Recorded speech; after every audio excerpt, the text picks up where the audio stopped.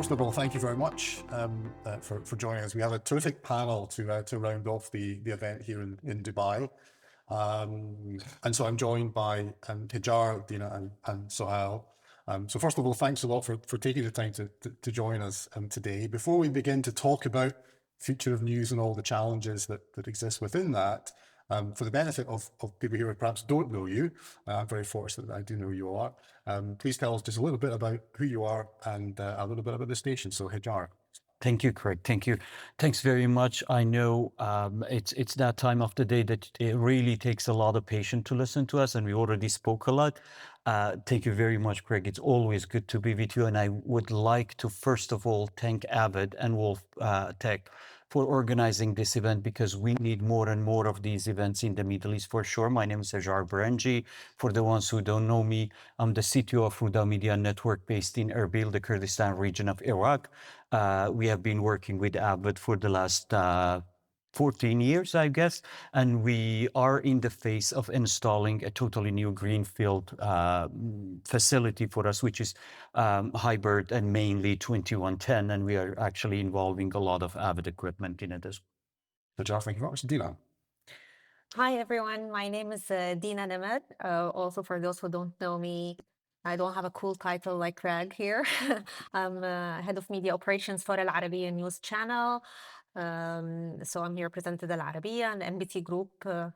And I've been with them for 19 years. And I am the one who works between technical and editorial. I started off as a journalist, so I'm a journalist at heart. And that's why engineers hate me, because I try to help them actually do the integrations the way the systems would actually be customized to work for the best of the end user, which is the journalist. We've been using Avid forever. So from when they had Media Browse up to Central and all these new technologies. And we're really looking forward for using Wolf Tech in the future and Track One applying ADA and all these for the future.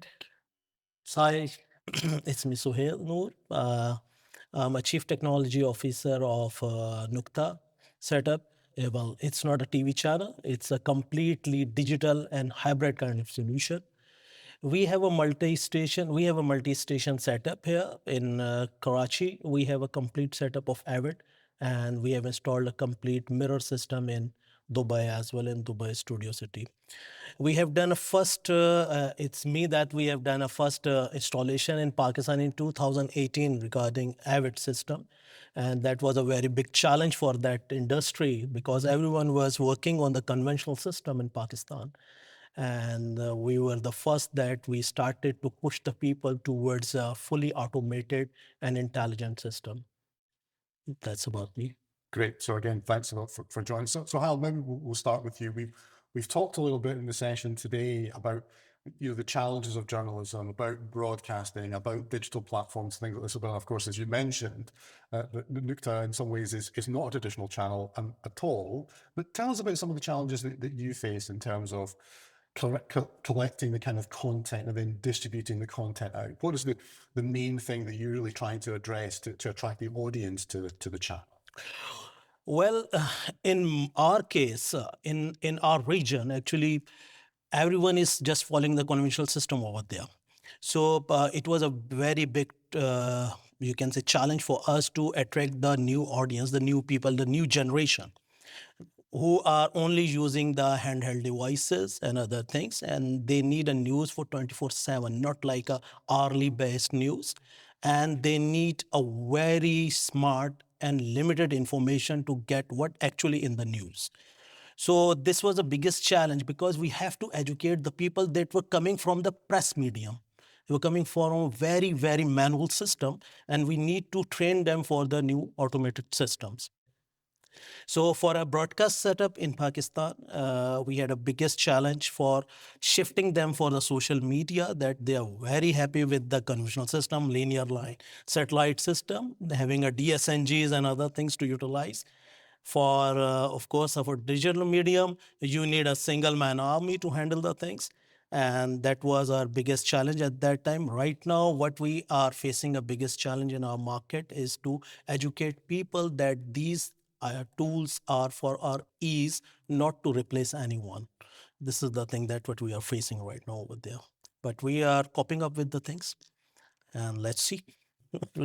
Dina, from your perspective, obviously based here in Dubai, but also operations in other parts of the Middle East, what are some challenges that you've? Yes, we've talked about this, and the challenge is still there. As some of you will know, we were originally based in London, then we relocated to Dubai. AlArabiya was launched 2003, and then at Hadas 2013, which is our breaking news channel, and then we've decided to relocate to Saudi Arabia. So now we have a headquarter here with a new headquarter coming up in Riyadh. And what do you do with both teams working in both locations? So the challenge was how to have two systems and share the media content in between okay, that's tongue twister. Okay. And with people also on the field in all the different countries, which system do they share the content to? So that was our main challenge for now till we're actually done with the move. And that's number one. Number two is, of course, as we've all talked about, the different multi-platforms and social media and the apps and the different journals in different locations and very slow bandwidths in danger and hostile environment areas, is how do you actually share this content across all these different platforms, and how do you actually get the output as fast as possible to the different platforms? Because before we had this thing that says screen is king, or it's queen. Wait, it's in Arabic. I'm just trying to think of screen female. But and then the social media platforms carry there, and then they don't want to wait. We don't want to wait to actually publish the content on social media. But then if we have to wait for it to come on screen to actually take the in and outs and actually use that segment for the social media, that takes forever. So how do you actually cater for all the different platforms efficiently at the same time with using the same credible sources? So that was like our second challenge, which we do need these efficient and fast workflows to actually cater for all of these. Yeah. And Hejar, from your perspective, obviously the market that you operate in is different perhaps to markets elsewhere in the Middle East. What, from your perspective, is the biggest challenge? You talked about the new studio that you're looking to move into just now. So I guess that's maybe at the top of mind. But moving from SDI to IP, that a challenge, and then things like, as Dina's indicated, low bandwidth in certain areas as well. To be very honest, in news business, there is challenges always, and the challenges are changing. But when we go back to the fundamentals, it's basically what is important in news. First, the speed. Second is the fact checking and making sure that you are providing the right information to people, which is usually time consuming. And the third one is to making it presentable or cook it in a way that it's presentable. Whether it's your TV audience or digital media audience or social media, with each platform targeting different people over there. So the challenge always comes up during those three steps, and then all the technicalities are in between. Always I say it's not as important me as a technical people what I think of a technology or what I think of the platform. It's important if I'm enriching the life of the journalists, as you mentioned, the creative people over there.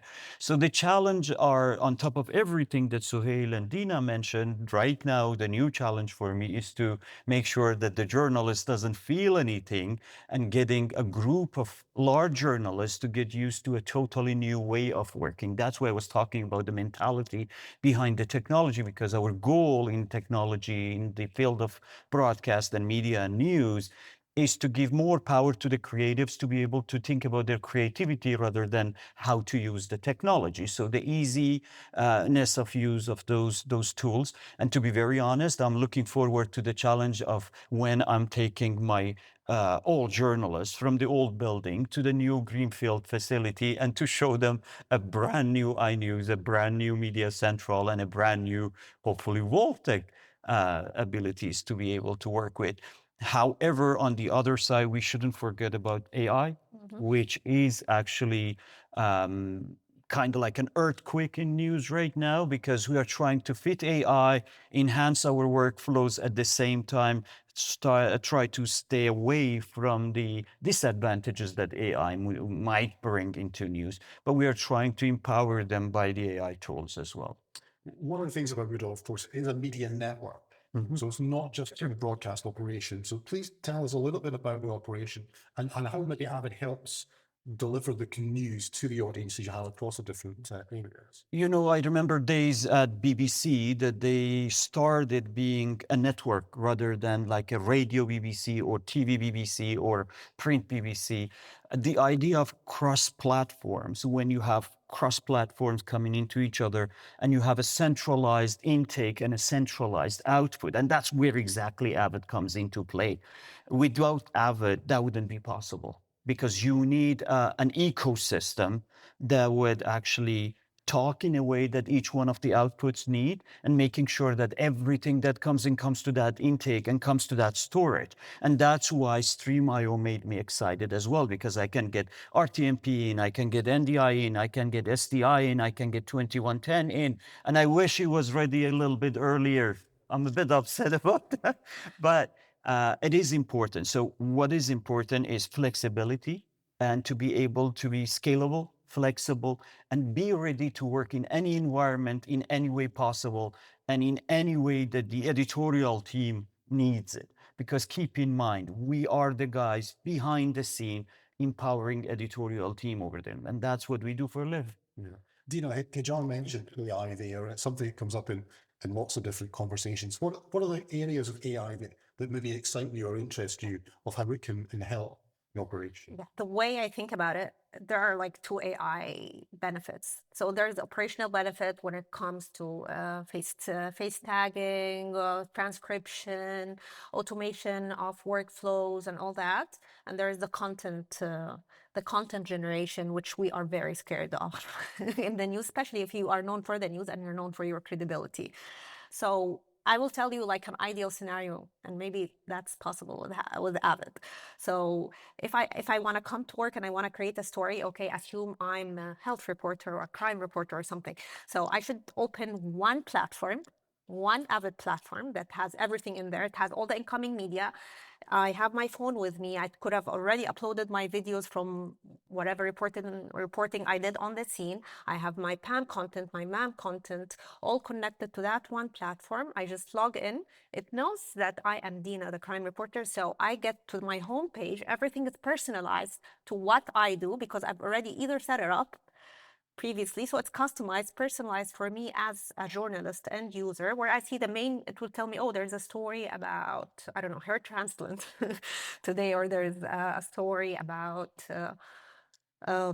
whatever different aspects, different stories. So it will tell me, yeah, these are coming in from social media, these are coming from Reuters, these are coming from AP, and these have videos, these are coming from different websites. So I can just go in a story-centric way and view all the content. Oh, these are your uploaded videos, Dina, and they already have the transcription in there. So I will say, okay, generate a story. I want 2 stories, one to go on Instagram and one to go on TV. And then it would take, what language do you want? Do you want it to be funny, Dina? Do you want it to be serious, Dina? And then I will say, this is what I want. And then it would generate it for me. However, it's just saving me the time while I'm thinking of the script I have to write. I'm just gonna go in there and utilize my time for the content, for the editing of what it has already generated for me. And then I will just go publish, and then it will start getting published everywhere, and then it gets pushed into the MAM and into the archiving, and all that would save me time, would get my story faster on air. So it's about story-centric, it's about automation, it's about AI. It's about AI, it's about all of them coming together, however, on one platform. That's what we actually need. And working as a journalist, you know, like it's always so hard. Like you have the planning, you have the streaming, you have the editing, the play out to air, and like you're so confused, like which app should I use, you know? So we just wanted to all be centralized in one place that makes life easier for the journalist to actually focus on what he is best at, which is his creativity. And that's certainly what we're planning to do with Wolfdeck and Avid. So I want to pick up on something that Dina mentioned there.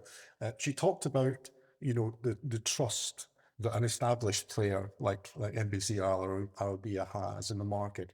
As a new entrant into the market, how have you dealt with establishing that trust and that view that people would have that you are a reliable source, a reliable partner? Because that must be quite a challenge just to try to establish yourself in the market. Well, actually, in our case, we have a very known journalist and some very big media personals for the Pakistan. They are already on our platform. So the people already following them on social media, they have a very big following. And this is a very big step for us to push the things. Of course, on the other end, we are different for our market is because of the technology and because of the most important thing that we are quite flexible for kind of any kind of production right now. Like you can go for a studio activity with us, you can go for a OB activity with us. Like for a digital, you cannot listen about that. Okay, the digital game, they are going to have an OB. We have a complete OB setup for us. And we have multi-station coverages like we are doing right now, like, ICC Champions is going on. We are live. We are just 3 months old baby right now in the market. We are live on 3 main OTT platforms right now. So this is what we have a different from, of course, these things being done by the TV channels usually. But now being a digital, we are already in it using the hybrid model of the technology. This is the thing what we are enjoying right now. And the customer, okay. For the viewership, this is very hard for us because we are right now bilingual. Right now we are Urdu, we are also in English. We are not Arabic right now, we are working on it. That's why we need to cater the content should be catchy for the English guys as well, for the Arabic, for the Urdu medium as well. The nature of both viewers are quite different. The people in Pakistan, in India, in Bangladesh, they need some kind of different crispy news. They need a very short news. They need some entertainment kind of things. But for the other areas, they need a very serious and solid news that should be important for them. And they need that information not on a TV. They need that information on a handheld device in couple of seconds. This is what we are right now trying to achieve and provide either from our website, from our app, from our YouTube channel, from our Instagram. We're trying to push that thing. That's it. It is crucially important, isn't it, to be available on all of the channels. As a final question, then, if you're looking to the future, maybe the next 2-3 years ahead, what do you think is the key thing that the industry needs in order to make sure that you continue to be successful? That future is already here now, because we were talking about the linear and conventional broadcasting system. Like we need some advertisement over there. The advertiser has already shifted on that system. Now for my sustainability, for my project, for the feasibility, I need to catch these all advertiser. Like at this moment, for the Indian region, I have different advertisement, a different rate for them right now. I'm having a different setup for them. The Arab region, we have a different setup for them. And now what we are facing that in after 2 or 3 years, there should be the linear broadcasting will be almost no space in the market. That will be, everyone should be on that multi-platform kind of solutions. Dina, from your point of view? From my point of view, we need to cater more for bit-sized news and different, fast and accurate at the same time types of stories with the right use of efficient systems that allow us to cater for all the platforms, so we can actually build on them and have better monetization models. And Hejar. Okay, let me go back to what Dina said for the last question and what Sohail said, agreeing to everything they said. And I would tell you a great day for a multi-platform like Rudaw Media Network that has multi-language services, because it is very important.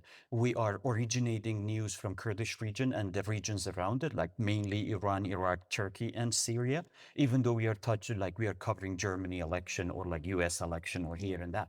But what is important? I want to see the day that a journalist goes in, creates a story in Kurdish, in any of the dialects, comes back, writes the script with everything Dina said, and then Avid would take that story, take the transcript, turns it into a text-to-speech, takes the audio model using AI of Wolftech, and recreates the story instantly in English or Turkish or Arabic, so I can actually translate and transfer and actually deliver the news and the information to the Arabic audience, to the English audience, to the Turkish audience, and through the other languages, so that they could have access to that information as fast as possible.